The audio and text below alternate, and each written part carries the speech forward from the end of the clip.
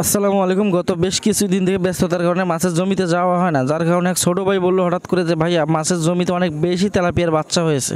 এই কথা শুনে আমি মোটামুটি অনেকটাই অবাক। তার কারণ হচ্ছে আমরা যে তেলাপিয়া মাছগুলো ছেড়েছি এই তেলাপিয়া মাছগুলো বাচ্চা দেওয়ার কথা না। তার কারণ হলো আমরা যে জাতের মাছগুলো ছেড়েছিলাম এই মাছগুলো সাইজ অনেকটা বড় হবে আর ওজন অনেক বেশি হবে, তবে এগুলো বাচ্চা দিবে না। মূলত এটা দেখার জন্য আমি পানিতে নেমে গেলাম। তার কারণ হচ্ছে এটা কি আসলে সত্যি বাচ্চা দিয়েছে কিনা আর আমার ছোট ভাই ঠিক মতো মাছ চিনছে কিনা সেটা দেখার জন্য আমি পানিতে নেমে গিয়ে দেখি অবিশ্বাস্য একটা ঘটনা যে আসলে সত্যি তেলাপিয়ার বাচ্চা এগুলো।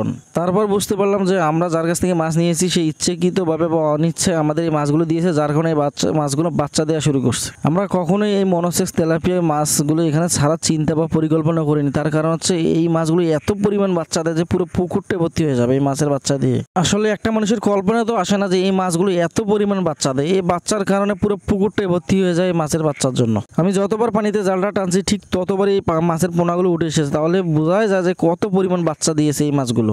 এই মাছগুলো না ছাড়ার কারণ হচ্ছে এই মাছগুলো এত পরিমাণ বাচ্চা দেয় যার কারণে মাছগুলো পুরো পুকুরটার মধ্যে ভর্তি হয়ে যায়, যেখানে অন্য মাছগুলো ঠিক মতো বেড়ে উঠতে পারে না। এখন যে পোনাগুলো আছে এই পোনাগুলো আর কিছুদিন বড় হলে এগুলো আবার নতুন করে ডিম বাচ্চা দেওয়া শুরু করবে।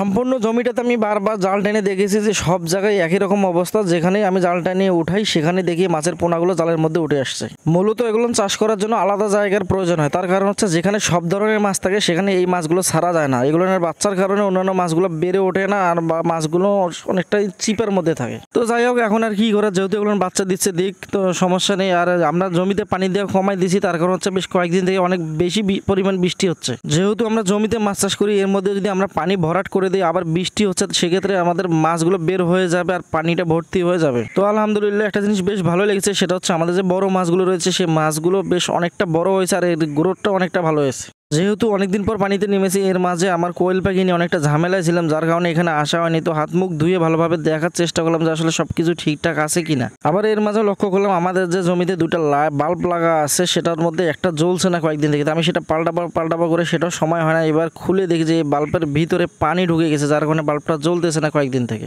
সেটার পানি বের করে আবার ওইভাবে লাগাই রাখলাম, সেটা তো নষ্ট হয়ে গেছে, এখন আর ঠিক হবে না। তো এখন সাথে নেই, সেটা পরবর্তীতে চেঞ্জ করে রাখবো। তো ওভাবে আবার রেখে দিয়েছি। তো জমির চারপাশে একটু দেখতে গেলাম আমাদের উপরে নিচে যে জালগুলো আছে সে জালগুলো ছিঁড়ে গেছে কিনা বা ঠিকঠাক আছে কিনা। তো আলহামদুলিল্লাহ সবকিছু ঠিকঠাক আছে। তো আমাদের কাজ মোটামুটি প্রায় শেষ।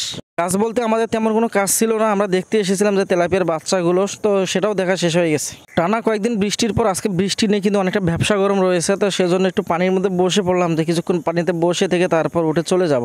এর মাঝে আমার এক ভাইগনা লিমন সে এসে আমার পা ধরে টানাটানি শুরু করলো। তো সে বরাবরে এরকমই ফাজলামু করে। তো আমরা এখন চলে যাব। তো আরেকটা বিষয় আপনাদের সাথে শেয়ার করি, সেটা হচ্ছে আলহামদুলিল্লাহ আমরা অল্প কিছুদিনের মধ্যে ফার্মি মুরগি পালন করা শুরু করবো। তো আমরা যেহেতু ফার্মি মুরগিতে নতুন, তো এটার বিষয়ে আমাদের অনেক কিছু জানা নেই। তো আপনাদের কিছু যদি জানা থাকে ভালো দিক খারাপ দিক অবশ্যই আমাদেরকে জানাবেন। বলতে গেলে আমরা সবকিছুতেই নতুন, আমরা প্রথমবারই সবকিছু করতেছি। তো আমাদের জন্য দোয়া করবেন। আসসালামু আলাইকুম।